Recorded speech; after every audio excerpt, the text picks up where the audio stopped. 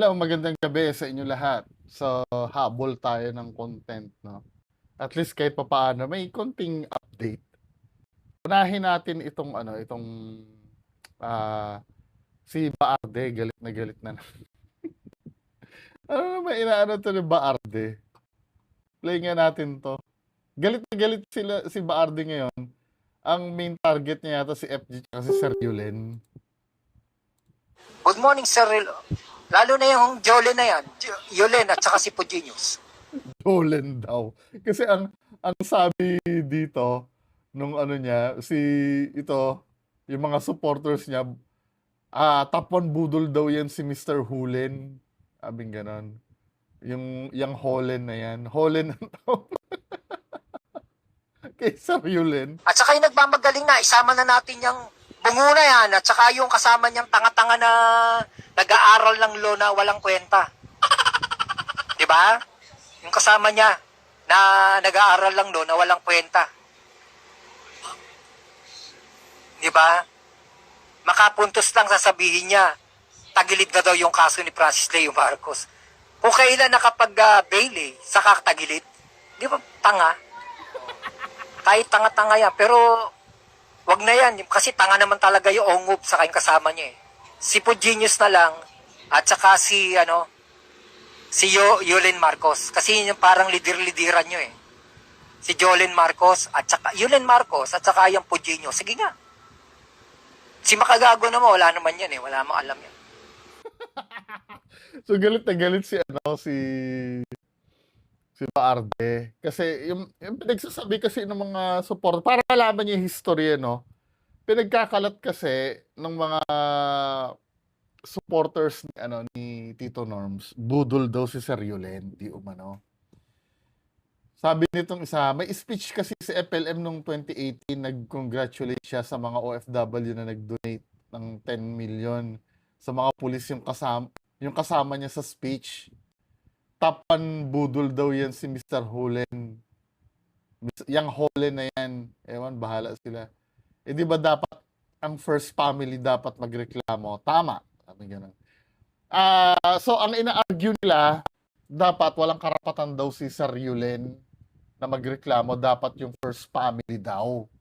Pero alamin natin kung saan nanggagaling kung saan nag-complain si Sir Yulen. Kasi di ba kasama si Sir Yulen nung naaresto ng NBI yan before si Tito Norms.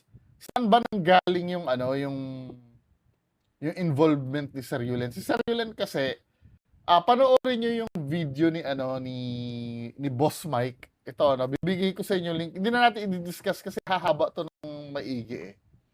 Doon sa video ni Boss Mike kasi, may conversation na nilabas ni Sir Yulen at ni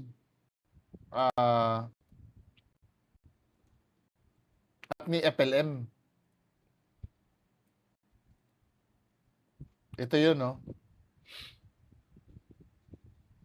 Saan na ba yan? Wait lang ha. Para malaman niyo yung buong istorya, si Sir Yulen kasi iniimbestigahan na yan si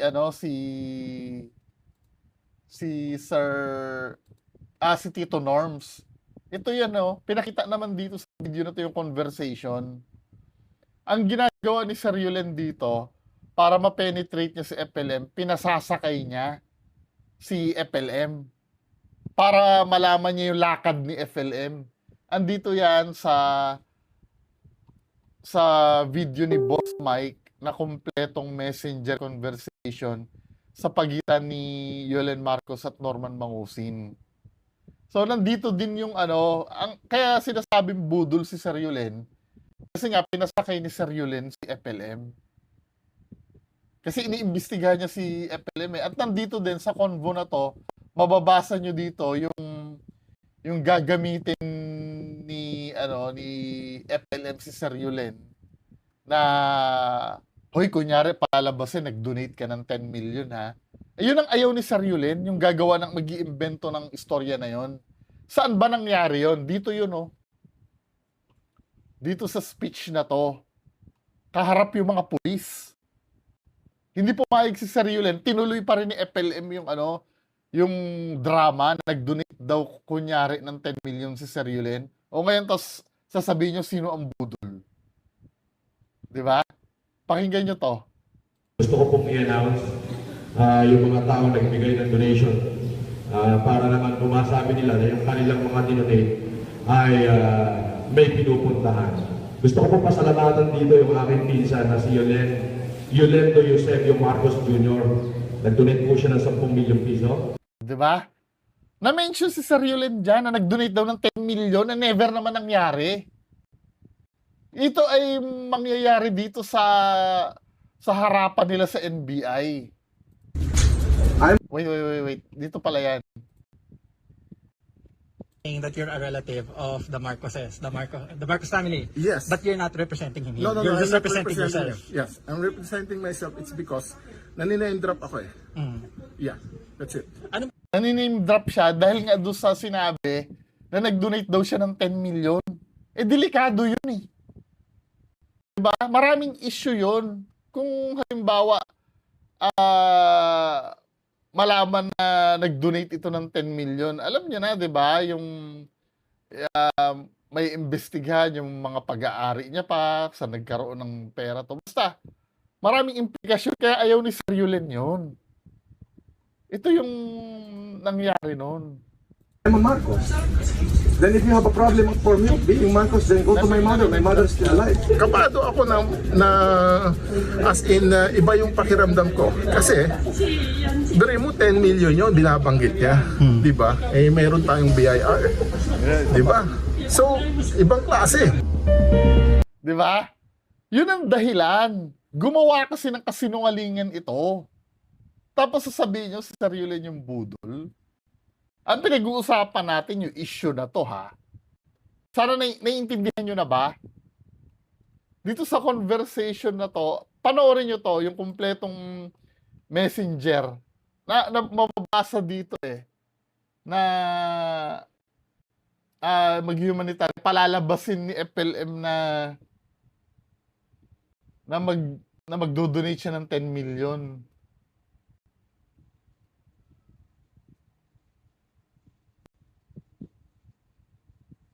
Kasi tungkol na ito sa ano eh, sa donation eh.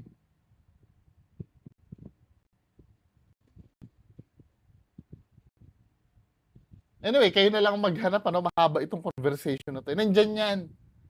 Nasasabihin ko ha, nag-donate ka ng 10 million kahit hindi naman.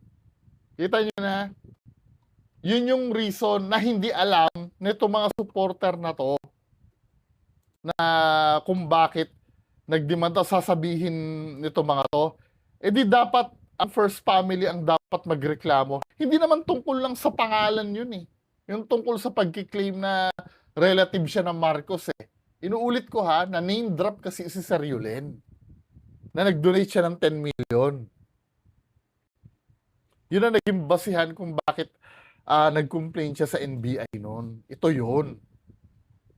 Kasi nga, nag-imbento siya, inuulit ko ha, dito sa speech na to, na nag-donate si Sir Yulen ng Yolendo Eusebio Marcos. Gusto ko pong pasalamatan dito yung aking pinsan na si Yolendo Eusebio Marcos Jr.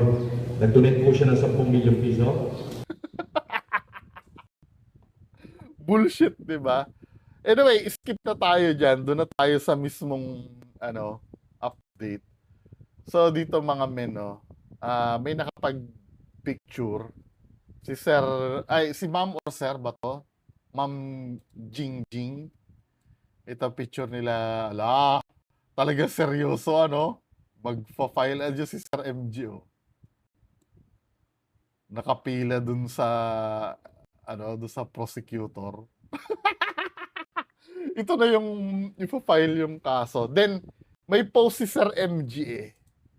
Actually naikonsulta ko ito sa mga kilala nating attorneys, Kahit sila nalalabuan din. Kasi dito sa sinabi ni Sir MG. Paano ba to? Paano ma-zoom? Yan. Zoom natin. Sabi dito ni Sir MG, ba't ayaw na ayusin ko lang